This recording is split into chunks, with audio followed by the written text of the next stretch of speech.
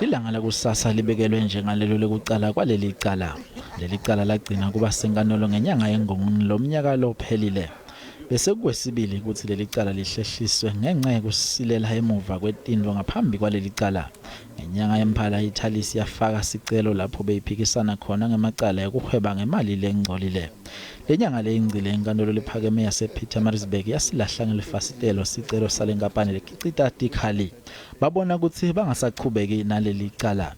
Estatimendeni yeNPA ithi kusasa enkantolo kuyobe kukhulumisana labo labathinzeka kwabakhulumisana ngaloko lokufuneka kanye nekubeka ilanga lekutawucala ngalo kutekwa leli cala.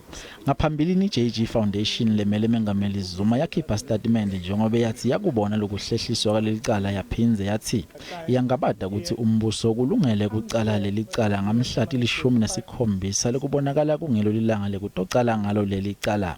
Zuma uthi estatimendeni lithimba lakhe liyochubeka nekufuna licithwe leli cala kude kufike lapho umbuso sewuhlele kahle tindlo tawo.